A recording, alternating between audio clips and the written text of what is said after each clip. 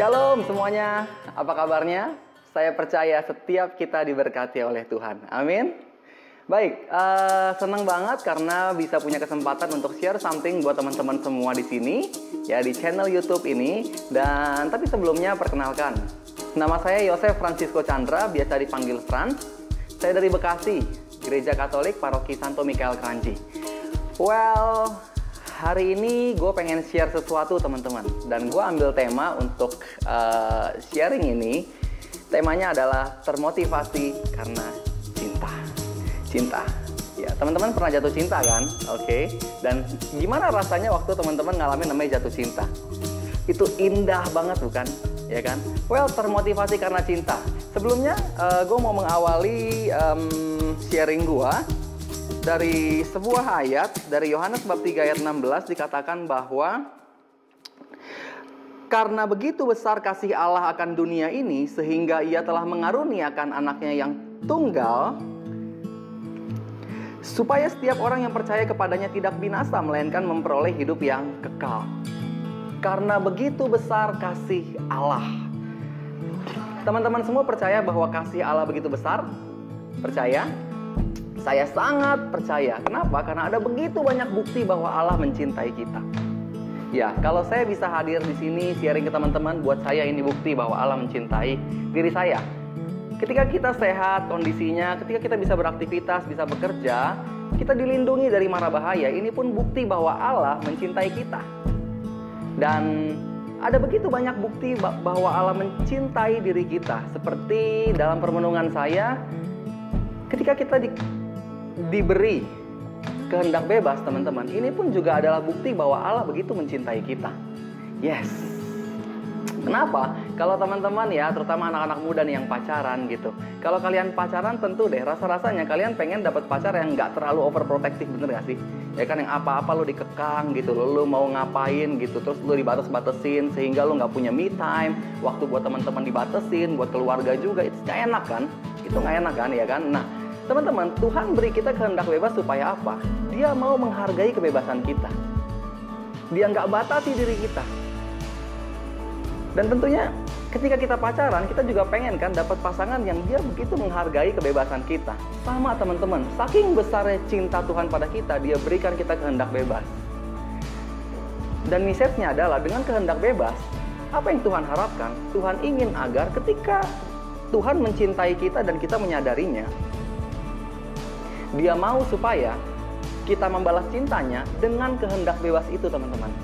Bukan karena nggak ada pilihan, bukan karena terpaksa, tapi karena dengan kehendak bebas kita mau membalas cintanya. Iya, itu baru namanya cinta kan? Dimana dua pribadi saling mencintai, bukan hanya salah satu aja gitu.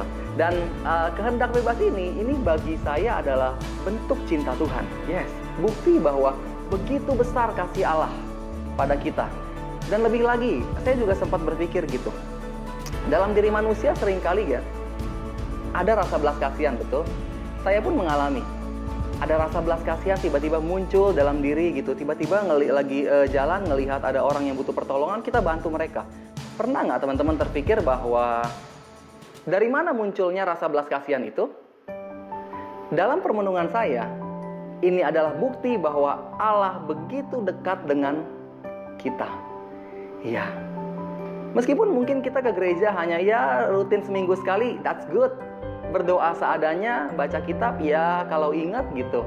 Dan ingat Tuhan juga seadanya. Tapi bagi Tuhan ini berkesan, dan Tuhan mendekatkan dirinya pada setiap kita. Dan karena dia dekat dengan kita, maka teman-teman, dari situlah belas kasihan dan cinta itu muncul. Itu bukti bahwa Tuhan dekat dengan setiap kita. Lain halnya dengan orang-orang yang mereka tidak sama sekali menyapa Tuhan, jauh dari Tuhan, tenggelam dalam dosa, belas kasihan itu hilang. Dia nggak care dengan orang-orang di sekitarnya. Tapi beda dengan kita, setiap mereka yang memiliki rasa belas kasihan, dorongan cinta, ini bukti bahwa Allah begitu dekat dengan kita. Allah ingin banget, pengen banget, supaya kita menyadari bahwa diri kita dicintai. Ya, Allah rindu supaya dengan menyadari bahwa kita dicintai, kita membalas cintanya dengan kehendak bebas kita.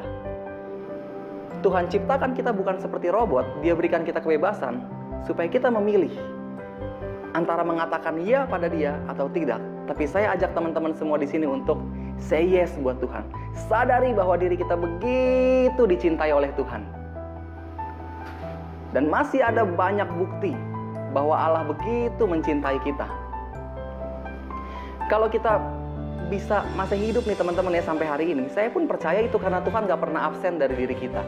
Bayangin kalau Tuhan cuti, mungkin kita gak ada hari ini. Tapi Tuhan gak pernah cuti dari diri kita barang sedetik pun. No, gak pernah. Dia selalu ada buat kita. Dan Tuhan mau banget supaya kita menyadarinya. Lebih lagi teman-teman, bukti bahwa Allah begitu mencintai kita, Dia berikan putranya yang tunggal ke dunia, Yesus Kristus, untuk menebus dosa manusia. Yesus tinggalkan sorga demi kita. Buat apa? Untuk menyelamatkan Anda dan saya. Saking cintanya Tuhan sama kita, Dia tinggalkan sorga. Sementara untuk menolong setiap kita. Orang-orang yang percaya padanya.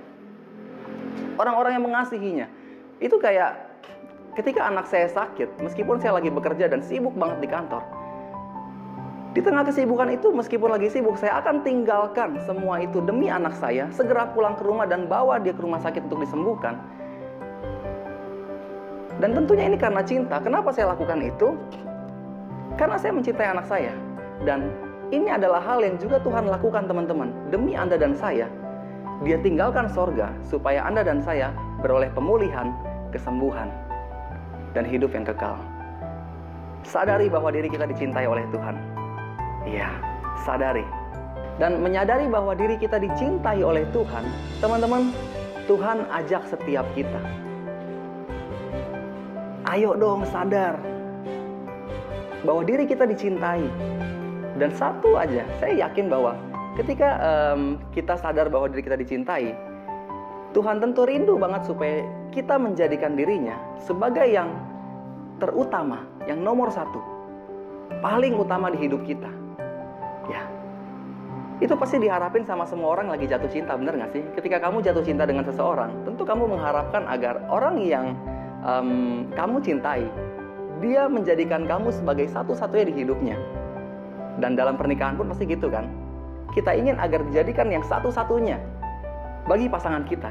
Sama teman-teman, Tuhan juga mengharapkan hal yang sama. Dia ingin agar kita menjadikan dia sebagai yang nomor satu di hidup kita. Gak ada Allah lain, gak ada hal-hal ilah-ilah lain.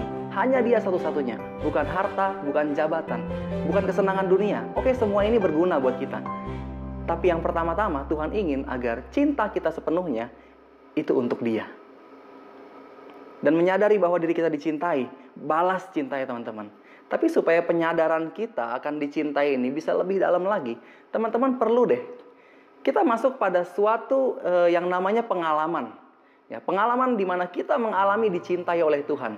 Saya mengalami, teman-teman, dulu gitu, dicintai oleh Tuhan, bagaimana saya akhirnya berhasil lepas dari keterikatan saya main game, bangkit dari hidup lama itu. Dan yang tadinya saya berpikir bahwa diri saya yang mungkin gak diterima sama Tuhan karena ya saya pernah jatuh ke dalam lubang dosa yang begitu dalam. Tapi ternyata ya saya mengalami Tuhan tetap mencintai anaknya.